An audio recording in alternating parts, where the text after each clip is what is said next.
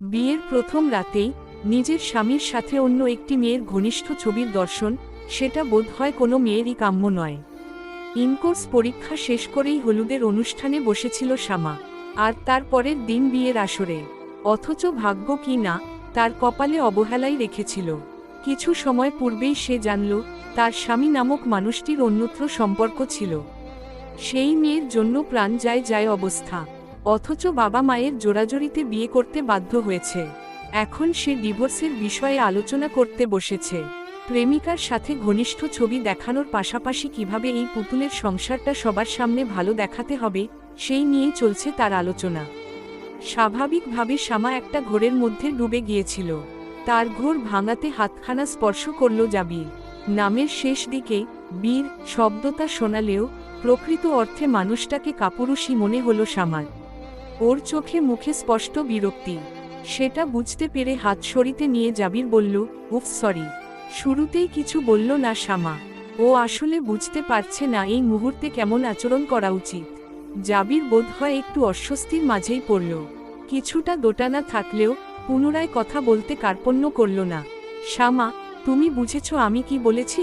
শান্ত কণ্ঠে শুধাল জাবির, যেন খুব সহজ একটা প্রশ্ন। শ্যামা পড়ল বিপাকে।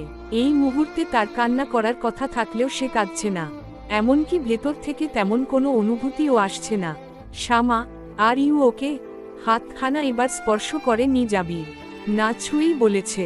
শ্যামা পাশ ফিরে চাইল, দেখল জাবির নামের ছেলেটাকে। এর পূর্বেও একবার দেখা হয়েছিল তাদের, কথা হয়েছিল সামান্য, সেটাকে গভীর কোনো পরিচয় হওয়া বলে না। তবু অল্প কথাতেই শ্যামার মনে হয়েছিল ছেলেটার হাসি সুন্দর, কথা বলার ধরনও সুন্দর। অথচ এখন অসম্ভব বিরক্ত লাগছে। ও শান্ত চিত্তে কয়েকবার দম নিল, তারপর বলল, এখন তুমি কি চাও জাবির? আমি সুন্দর একটা সংসারের অভিনয় করি? আসলে তেমনটা বলিনি। তবে কি বলেছ? ইউ নো হোয়াট, আমি ইনকোর্স পরীক্ষা দিয়ে এসে 2 মিনিট সময়ও পাইনি। হলুদের জন্য সেজে গুজে বসতে হয়েছিল, আর এখন কি না এসব বলছো? এই মুহূর্তে জাবিরের মুখশ্রী থমথমে দেখালো। শ্যামা সত্যিই মহা বিরক্ত। এই সময়টায় বিয়ে করার কোনো ইচ্ছেই ছিল না তার। নেহাতি বাবার মুখের দিকে চেয়ে পাত্রপক্ষের সামনে বসেছিল। ছেলেটা দেখতে ভালো, পরিবার ভালো, ভালো একটা জবও করে। এত সব ভালোর মাঝে খারাপ কিছু খুঁজে পাচ্ছিল না শ্যামা। যেহেতু অন্যত্র তার কোনো সম্পর্কও নেই, তাই বিয়েটা করতে বাধ্য হয়েছে। আর এখন কি না ছেলেটা অন্য সুর গাইছে। ও ভেতরে ভেতরে হতাশ হলো। তবে নিজেকে বুঝাল, রাগ করলেই সমাধান হবে না। ও আর চোখে চেয়ে দেখল জাবিরের মুখ থমথমে। কতদিন চলবে এই সংসার খেলা? এবার যেন জাবিরের মুখশ্রীতে আলো এসে স্পর্শ করে গেল। ও চট করেই বলল, 1.5-2 বছরের মধ্যে সব ম্যানেজ করে ফেলব, প্রমিস করছি। এই পর্যায়ে শ্যামা আর চোখে তাকালো। জাবির একটু আমতা আমতা করে বলল, না মানে তুমি বললে। ওকে আটকালো শ্যামা। গায়ে ভারী পোশাক, অসহ্য লাগছে, খোলা প্রয়োজন। শোনো, 1.5-2 বছর মানে কত দিন সেটা আইডিয়া আছে? 365 এর 2 গুণ করে দেখো। আমি এত সময় দিতে পারবো না। 1 বছরের মধ্যে এই ঝামেলা শেষ করবে। জাবির বুঝতে পারেনি শ্যামা এত সহজেই সব মেনে নিবে। ও হাসি হাসি মুখে এগিয়ে গেল। থ্যাংক ইউ শ্যামা, আমি 1 বছরের মাঝেই সব ঠিক করে নিব, প্রমিস করছি।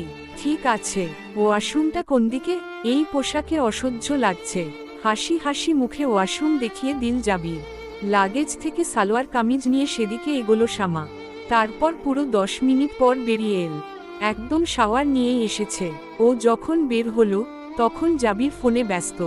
কথার ধরনে বোঝ যাচ্ছে ওটা প্রেমিকাই। শ্যামার আগ্রহ হলো না। ও বরং তোয়ালে দিয়ে ভালো মতন চুলগুলো মুছে নিচ্ছে। সেই সাথে ভেবে নিচ্ছে সামনের দিনগুলোর কথা। সামনেই তার ফাইনাল পরীক্ষা। গ্রাজুয়েশনের পর বাইরের দেশ থেকে মাস্টার্স শেষ করার বড় ইচ্ছে ছিল। অথচ বাবার জন্য বিয়েটা করতে হয়েছে। সেই সাথে মাটি চাপা দিতে হয়েছে স্বপ্নটাকেও। এখন যেহেতু সব কিছু বদলাতে চলেছে, তাই ও ভেবেই নিয়েছে পৃথিবী উল্টে গেলেও বাইরের দেশ থেকেই গ্রাজুয়েশন শেষ করবে সে। প্রেমিকার সাথে কথা শেষ করে এসে জাবির একটু দোটানায় পড়ল।